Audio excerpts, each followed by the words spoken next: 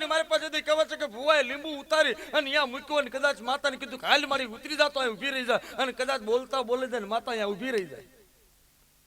અહીં ભયું માતાની ગોત કરે, ભુવાના કાંઠે પવન વાતો બંધ થઈ જાય અને પછી માનો કે આવું ગોરિયાવડ જેવી ધરતી હોય અને એવો કોઈ ભાડલાની માલિપા માંડવો નાખ્યો કે જ્યાં ભાડલાની માલિપા બાબરો ભૂત ને માં ગેલ બેઠી હોય અને ત્યાં 84 ખાતાના હિસાબ લેવાતા હોય અને ત્યાં કદાચ જો કોઈ રાખડી બંધ ભૂવો માતાના ડાકલા વાગતા ત્યાં સાસર નાખવા જાય તારી બાપની દેવી હારે હોય પણ આવા કોઈક મેલી મહણના માલિપા જેથી સાસર પૂરવાના થાય, ચોક પૂરવાનો થાય અને માતા કાંઠેથી વહી જઈ હોય અને ભુવન પઢિયાર ત્યાં હોય ને તેથી પઢિયારની પાસે તાકાત છે ને માતાનો અસલ મજાવર ભૂવો ખરો પણ માતા અસલ રાખડીએ રમતી હોય ને તો પઢિયાર પાસે રમે છે. આ સાંભળી લેજો, માતાનો ભૂવો કળનો ભૂવો ખરો પણ માતાનો અસલ વ્યવહાર છે ને ખાંડું જેના હાથમાં છે, જેના હાથમાં ખાંડાનો વ્યવહાર છે, માતા અહીંયા રમતી હોય છે. અને જ્યારે કહેવાય છે કે બરોબર ચાતરનો ચોક પૂરવાનો થાય અને ભૂવો વાવણું વાળવા ગયો ને ત્યાં માતા મૂકી દીધી કદાચ અહીં હુવા જાય અને જો કોઈ મેલું ઝપટિયું લાગે ને ભૂવો ઊભો ન થઈ શકે તેથી પઢિયારમાં એટલી તાકાત હોવી જોઈએ બાવડું ઝાલીને કહી દે કે હાલ ઉઠ બાપ, હજુ બાપની દેવી મારી પાસે રમે છે, હાલ તારા બાપની દેવી બેઠી છે મારા બાપની. માં ભગવતીઓ વાડે વેલો વધે વાડે વેલાને ખાય, રાજા ઓળવે મારા રાખના રતન પછી રાવું ક્યાં થાય.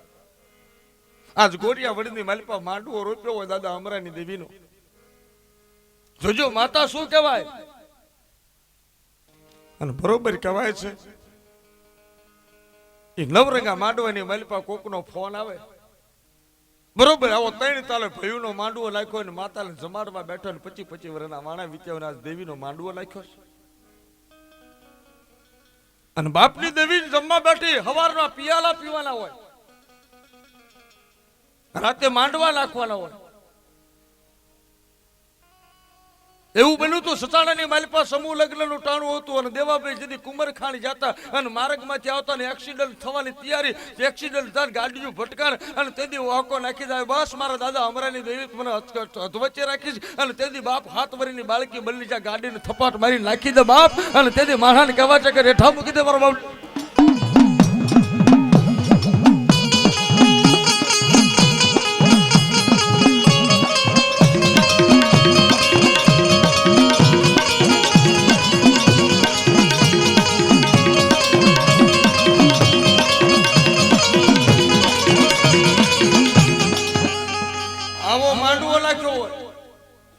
અને માંડવાની માલિપા ભયું 3 તાલે રમતા હોય, ડાકલા વાગતા હોય, માતાને મજા કરાવતા હોય અને 100 ઘરના ભયું હોય હો ભયું માંડવાની માલિપા બેઠા હગાન વાલા દીકરીઓ ને ભાણે બધા આવ્યા હોય. માતાના નામનું જાડું હગું તેડાયું હોય. સવારમાં મારી દેવીનો માંડવો વધાવવાનો હોય અને બરોબર એ વખતે કળનો કોક છોકરો એકનો એક 18 વર્ષનો દીકરો એના માવતરનો એકનો એક હોય. 100 ભયુની માલિપા એક ભાઈનો એકનો એક દીકરો 18 વર્ષનો સિવિલમાં દાખલ કર્યો હોય. એક બાજુ માતાનો માંડવો છે અને એક બાજુ માવતર ગાડી લઈને પોતાના એકના એક દીકરાને સિવિલમાં લઈ જતા અને સિવિલની માલિપા જ્યાં અને ઓક્સિજનની ટોટીઓ સડાવી. 7 દાડાના વાણા વિચાર, 7 દાડાના વાણા વીત્યા હોય. સિવિલની માલિપા છોકરો 18 વર્ષનો એકનો એક દીકરો પડ્યો હોય અને 8-10 ડોક્ટર નાડું ચાલતા હોય, તપાસતા હોય અને પછી બરોબર કહેવાય છે કે જેથી માંડવો વધાવવાની રાત હોય ને જાગરણની રાત અને રાતના 12 વાગે અને સિવિલના ડોક્ટર દીકરાના બાપ પાસે આવે ને કહે કે ભાઈ તમે દીકરાના બાપ છો? કે હા. તમારા હગાવાલા છે કોઈ અહીં? કે ના બાપુ, બધા ગામડે છે. લ્યો મારો ફોન અને જો તમારા હગામાં ભયુમાં ફોન હોય ને આ ફોન કરી દો. સાહેબ શું છે? આ ઓક્સિજનની ટોટીઓ મૂકી છે ને હવે લાલ લીટી બતાડે છે ને આગળ ગાડી પાટો હાલતો નથી. હે 7 દાડાથી અમે થતી વિધિ કરતા હતા, મથતા હતા. 7 ડોક્ટરો અમે મથી થાક્યા.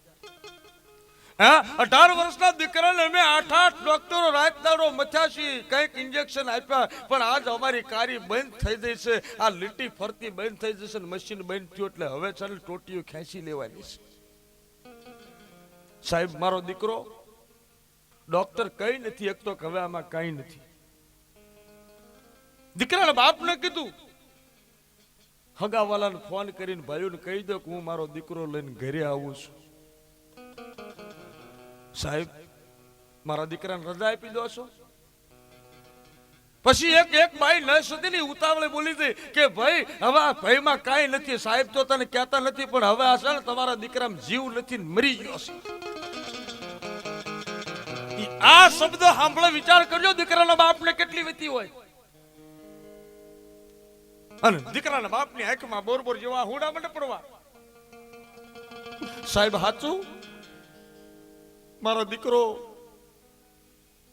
ડોક્ટર સાહેબ ભાઈના ખભે હાથ મૂકી અને ડોક્ટર ઊંધું ગાલી જાય અને ડોક્ટર દીકરાના બાપને બળે 3 થાપા મારીને એટલું કીધું કે હિંમત રાખ અને પછેડી ઓઢાડી દે અને ગાડીની વ્યવસ્થા હું કરી દઉં છું. જાયવા શબ્દ સાંભળે ને દીકરાની માં એક બાજુ છે, એને ખબર નથી. દીકરાની માં દોડીને આવીને એના ધણીને પૂછ્યું કે પહેલા પછેડી શું કામ ઓઢાડી દીધી? એટલે દીકરાનો બાપ બોલ્યો, ગાંડી એને ઇન્જેક્શન ભારે આપ્યું છે ને ડોક્ટરે કીધું છે કે એને હુવા દેજો અને રજા આપી છે. સાહેબ ગાડી કરી દેશે અને દીકરાને કીધું છે કે ઇન્જેક્શન માર્યું 3 કલાકે ઉઠશે નહીં, ઘરે જઈને જાગશે. જો દીકરાની માને એમ કે કવામાં કાંઈ નથી તો કોણ કોને હાય કે? પણ દીકરાનો બાપ ને બાપની દેવી સાંભળ્યો.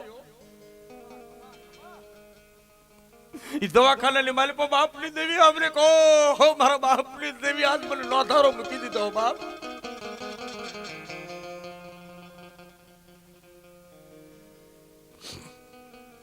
ઈ દીકરાના બાપને દેવી માતા સાંભળે મારા કળને માલપા પર બાપની દેવી આજ કોઈ નથી મારું અને મારા દવાખાનાના પગથિયા ચડી જા બાપ હાલ મારા બાપની દેવી હાલ.